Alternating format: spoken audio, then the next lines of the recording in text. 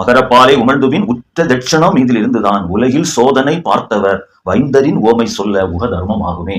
அப்படி உமிழ்ந்து அது தட்சிணாபுரி என்று சொல்லக்கூடிய அந்த கன்னியாகுமரி மாவட்டத்தினுடைய சுவாமி தோப்பில் இருந்து இந்த உலகத்தில் சோதனை பார்த்தவர் அப்படின்னு சொல்றது. சோதனை பார்த்தவர்னா அன்பு வன்பு என்று சொல்லக்கூடிய ரெண்டையும் பார்க்கிறாரு.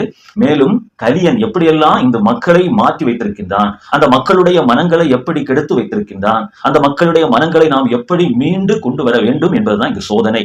அப்படி சோதனை பார்த்தவர் வைந்தரின் உவமை சொல்ல உக தர்மம் ஆகுமே.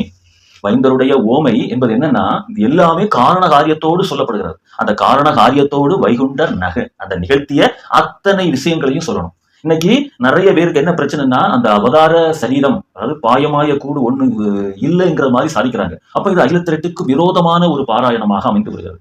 ஐயா, காரணம் போல் ஏன் இந்த பாயமாய கூடுன்னு ஒண்ணு இருக்குது, அது ஏன் சொல்லப்பட்டது என்கிற விஷயத்த நம்ம தெளிவாக நம்ம உணர்ந்து கொண்டு நம்ம சொல்லணும். அதுதான் ஓமை என்று சொல்கிறார். ஓமை என்பது அவர் சொல்லக்கூடிய விஷயத்தை காரணத்தோடு ஆராய்ந்து அதன் உட்பொருளோடு நம்ம எடுத்து சொல்லணும். அந்த அப்படி எடுத்து சொல்லக்கூடிய தர்மம் இந்த யுகத்தினுடைய மேலான தர்மம் அப்படி என்று இந்த 4வது விருத்தம் நமக்கு தெளிவுபடுத்துகிறது. அப்போ வந்தது நாராயணம் வேறு வைகுண்டம் வேறு அல்ல, நாரணமே வைகுண்டமாக இந்த பூமியிலே வந்தார். அவர் தன்னுக்கு 6 தரம் அகம் வைத்துக் கொண்ட சடமாகிய பாயமாய கூடு சுமக்க வைகுண்டமாக வந்தார் என்பதையும் இந்த வாசகம் நமக்கு மிக தெளிவுபடுத்தி நமக்கு சொல்வதாக நம்ம பார்வோம். அடுத்ததாக கடைசி விருத்தம், திருமொழி சீதையாட்கு செகதலம் புகழ எங்கும் ஒரு பிள்ளை உருவாய் தோன்றி என்று சொல்கிறது. திருமொழி சீதை என்று சொன்னால் மகாலட்சுமிக்கு இந்த உலகமே, மேலுலகம் 7 கீழுலகம் 7 என்று சொல்லக்கூடிய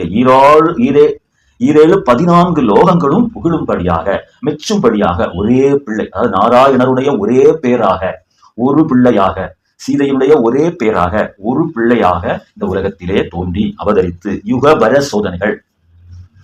யுகம் என்றால் இந்த பூமி சார்ந்த அந்த இடம், பரம் என்றால் மேலோகம். இந்த 2 லோகமுமே என்ன பண்ணுது, கலியனால பாதிக்கப்பட்டது. அதனால இந்த 2 சோதனைகளையும் பார்த்து